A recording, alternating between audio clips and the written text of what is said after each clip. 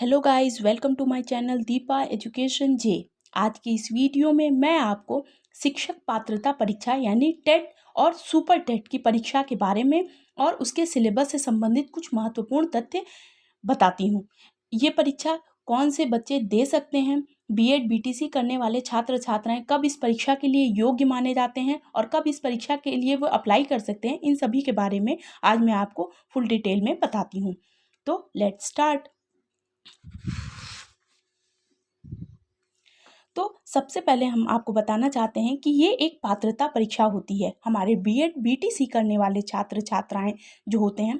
मैं आपको पहले बताना चाहती हूँ कि जो बच्चे थर्ड सेमेस्टर में हैं, थर्ड सेमेस्टर की परीक्षा दे चुके हैं और फोर्थ सेमेस्टर में जा रहे हैं या फोर्थ सेमेस्टर में हैं, वो इस परीक्षा के लिए ये परीक्षा दे सकते हैं। परंतु जब आप इस परीक्षा से संबंधित किसी दूसरे जगह पर पात्रता परीक्षा के लिए योग्य तभी माने जाएंगे जब आपके पास इसका सर्टिफिकेट होगा बीएड बीटीसी का। यानी अगर आपके पास अभी आपका बीएड बीटीसी का रिजल्ट नहीं निकला है तब तक आप इस परीक्षा के लिए योग्य नहीं माने जाएंगे।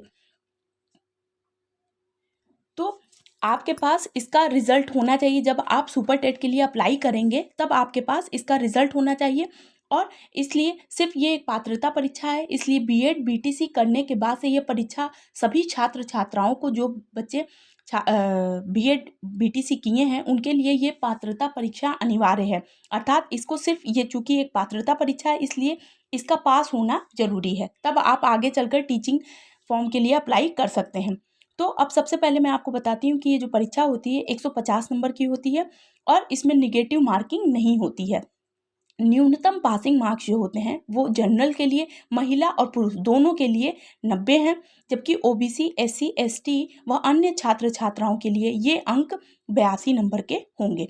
अब मैं आपको प्राइमरी और जूनियर का जो सिलेबस होता है, कैसे ये परीक्षा होती है के बारे में बताती हूँ। तो पहले मैं आपको बताना चाहती हूँ कि 2018 के बाद से बीएड वालों को, जो बच्चे बीएड किए हैं उनको प्राइमरी में अलाउ कर दिया गया। अदरवाइज इससे पहले बीटीसी करने वाले बच्चे प्राइमरी में और बीएड वाले जूनियर में अप्लाई करते थे, परंतु 2018 से बीएड वालों को प्राइमरी में मान्य दिया गया। तो अब मैं पहले आपको बताना चाहती हूँ कि बाल मनोविज्ञान 30 नंबर का, भाषा 1 हिंदी सभी के लिए अनिवार्य है, जबकि भाषा 2 अंग्रेजी व संस्कृत ये ऑप्शनल है। जिसने अंग्रेजी ली है वो अंग्रेजी देगा और जिसने संस्कृत लिया है वो संस्कृत लेगा। 30 नंबर गणित, 30 नंबर सबके लिए अनिवार्य और 30 नंबर का पर्यावरण। तो इस प्रकार 5 भागों में ये विभाजित है, जो 30-30 नंबर का पैटर्न है और 150 क्वेश्चन होते हैं, 150 अंक होते हैं, निगेटिव मार्किंग नहीं होती है। अब मैं आपको जूनियर लेवल के बारे में बताती हूँ। इसमें भी बाल मनोविज्ञान 30 नंबर, हिंदी सभी के लिए अनिवार्य 30 नंबर, भाषा अंग्रेजी या संस्कृत जो आपने ली है, अंग्रेजी या संस्कृत वो ऑप्शनल है, जबकि साइंस वाले स्टूडेंट्स के लिए साइंस और गणित 60 नंबर का, जबकि आर्ट्स वाले बच्चों के लिए सामाजिक अध्ययन 60 नंबर का होता है। तो इस प्रकार ये दोनों जो हो गए 60-60 नंबर के हो गए। तो इस प्रकार देखते हैं कि बाल मनोविज्ञान, हिंदी और भाषा ये सबके लिए अनिवार्य, जबकि ऑप्शनल में भाषा में हिंदी, संस्कृत और अंग्रेजी हो गई और विज्ञान और गणित हो गया। तो ये 60 नंबर का विज्ञान और गणित हो गया। ये पात्रता परीक्षा है। इस परीक्षा को पास होने के बाद से ही आप सुपर टेट के लिए अप्लाई कर सकते हैं। यद्यपि 2 बार अभी तक सुपर टेट हो चुका है और अब मैं आपको सुपर टेट की परीक्षा के बारे में और उसके सिलेबस के बारे में बता देती हूँ। अगर टेट से के सिलेबस से संबंधित आपको कोई क्वेश्चन है या कोई क्वेरी है तो प्लीज़ आप मुझे कमेंट बॉक्स में कमेंट कीजिएगा। अब मैं आपको super TET written exam syllabus के बारे में बताती हूँ। मैंने आपको पहले ही बताया कि अब तक सुपर टेट 2 बार हो चुका है। पहली बार जो परीक्षा आयोजित की गई थी उसमें आपको 1 वर्ड में आंसर करना था, यानी लिख के देना था, जबकि दूसरी बार की परीक्षा में जैसे हम टेट की परीक्षा देते हैं ऑप्शनल वैसे ही था। तो इसके भी सिलेबस को हम जान जाते हैं। पहले आता है हिंदी, अंग्रेजी व संस्कृत। ये सभी इसमें 14 विषय हैं और इन 14 विषयों के सभी के लिए अनिवार्य है। तो इसमें कोई ऑप्शन नहीं होगा, कोई ऑप्शनल नहीं होगा। इसमें संस्कृत वाले स्टूडेंट हिंदी, संस्कृत, अंग्रेजी तीनों देंगे, जबकि अंग्रेजी वाले बच्चे भी इसे देंगे। तो हिंदी, अंग्रेजी व संस्कृत में जो है ये कॉम्प्रिहेंशन आता है 40 अंक का।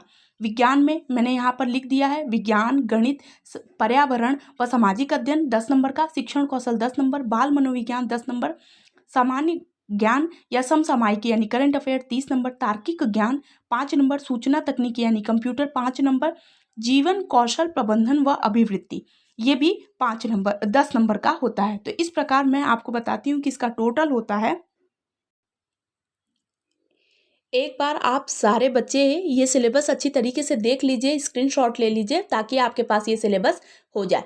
तो इस प्रकार हम देखते हैं कि जैसे साइंस में दैनिक जीवन में विज्ञान, गति, बल, ऊर्जा, दूरी, प्रकाश, ध्वनि, जीवों की दुनिया, मानव शरीर, स्वास्थ्य, स्वच्छता, पोषण, पर्यावरण, प्राकृतिक संसाधन, पदार्थ व अवस्थाएं 10 नंबर। गणित में अंकीय क्षमता, गणितीय संक्रियाएं, दशमलव, स्थानीय ज्ञान, भिन्न, ब्याज, लाभ, हानि, प्रतिशत, विभाज्य, गुणनखंड, ऐकिक नियम, सामान्य बीजगणित, क्षेत्रफल, औसत, आयतन, अनुपात, सर्वसमीकाएं, सामान्य ज्यामिति, सामान्य सांख्यिकी।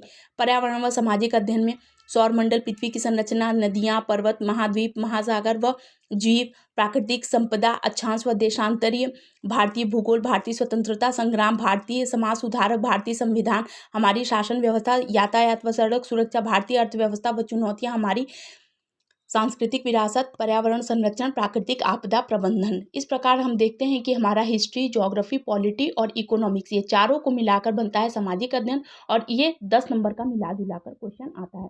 शिक्षण कौशल, शिक्षण की विधियाँ, इसमें शिक्षण कौशल हम बीएड बीटीसी में पढ़े होते हैं। जीवन प्रबंधन व अभिवृत्ति भी हम 10 नंबर का पढ़े होते हैं बीएड बीटीसी में, ये 10 नंबर का आता है। बाल मनोविज्ञान में व्यक्तिगत भिन्नता, बाल विकास को प्रभावित करने वाले कारक, सीखने की आवश्यकता की पहचान, पढ़ने के लिए वातावरण का सृजन करना, सीखने के सिद्धांत, कक्षा शिक्षण में इनकी पारस्परिक व्यवहारिक उपयोगिता, प्रयोग, दिव्यांग छात्रों हेतु विशेष व्यवस्था। सामान्य ज्ञान में यानी समसामयिकी में करंट अफेयर्स अंतर्राष्ट्रीय लेवल का, और राष्ट्र में या भारत देश से संबंधित खेलकूद, राष्ट्रीय पुरस्कार, जितने भी पुरस्कार, सम्मान, लेखक लेखिकाएं, जो महत्वपूर्ण पुस्तकें, ये सभी करंट अफेयर्स का ही एक बहुत ही महत्वपूर्ण पार्ट होती हैं, जो हमारे 30 नंबर के क्वेश्चन में आती हैं। तार्किक ज्ञान यानी रीजनिंग की बात करें तो इसमें clock, calendar, coded, coding, decoding, critical reasoning, cubes, number series, puzzle, symbol, और मतलब ये सभी दिए हैं, लेटर सीरीज, अल्फ़ाबेट्स और grouping, selections, direction, sense test, और मतलब लगभग इतने सब टॉपिक्स हैं। परंतु इसका जो क्वेश्चन होता है वो 5 नंबर का रीजनिंग, जो भी हम वनडे एग्जाम में रीजनिंग पढ़ते हैं उनसे संबंधित होते हैं। एक लाइन में बोलूँ तो सूचना तकनीकी कंप्यूटर में इतना सिलेबस दिया है, जैसे शिक्षण कौशल विकास, कक्षा शिक्षण, विद्यालय प्रबंधन में सूचना तकनीकी कंप्यूटर, इंटरनेट, स्मार्टफोन, ओईआर, और शिक्षण उपयोगी ऐप्स यानी जो भी अभी मंत्रालयों द्वारा जो भी शिक्षण से संबंधित ऐप्स का लॉन्च किया गया है, कौन से पोर्टल द्वारा लॉन्च हुआ है, ये सभी चीज़ें हमारे करंट अफेयर्स का ही पार्ट हैं। ये सभी सूचना तकनीकी में आती हैं। जीवन कौशल एवं प्रबंधन अभिवृत्ति ये 10 नंबर का आता है। इसमें व्यावसायिक आचरण व नीति, प्रेरणा, शिक्षण की भूमिका, इसमें नेतृत्वकर्ता, मार्गदर्शक, परामर्शदाता, अनुश्रवणकर्ता, सुविधा प्रदाता और संवैधानिक मानवीय मूल्य व्यवस्था का प्रभावी प्रयोग। तो इस प्रकार हम देखते हैं कि हमारे पास ये सुपर टेट का सिलेबस होता है, ये भी 150 नंबर का होता है, और इस परीक्षा में टेट पास हुए बच्चे ही इस परीक्षा को देने के लिए योग्य होते हैं, माने जाते हैं। और ये 150 नंबर की परीक्षा होती है, इसमें नकारात्मक यानी नेगेटिव मार्किंग नहीं होती है। तो आई होप आपके ये टेट और सुपर टेट का सिलेबस मैंने आपको समझा दिया है, और ये सिलेबस आपको अच्छी तरीके से समझ में आ गया होगा। आगे मैं आपको सुपर टेट की परीक्षा से संबंधित और भी महत्वपूर्ण तथ्यों, टॉपिक्स के साथ लेकर आऊँगी, ताकि आपको एक बार में ही ये वीडियो देखने पे सारा कुछ क्लियर हो जाए। एक बार इस सिलेबस का आप स्क्रीनशॉट ले लीजिएगा ताकि आपके पास ये सिलेबस मौजूद हो जाए। तो आई होप आपके लिए ये चैनल, ये वीडियो बहुत ही ज़्यादा हेल्पफुल होगी। तो प्लीज़ मेरे चैनल को लाइक कीजिए, सब्सक्राइब कीजिए, शेयर कीजिए, और टेट की परीक्षा या सुपर टेट की परीक्षा से संबंधित जितने भी क्वेरी हैं वो सब आप हमें कमेंट बॉक्स में पूछ सकते हैं। Thank you.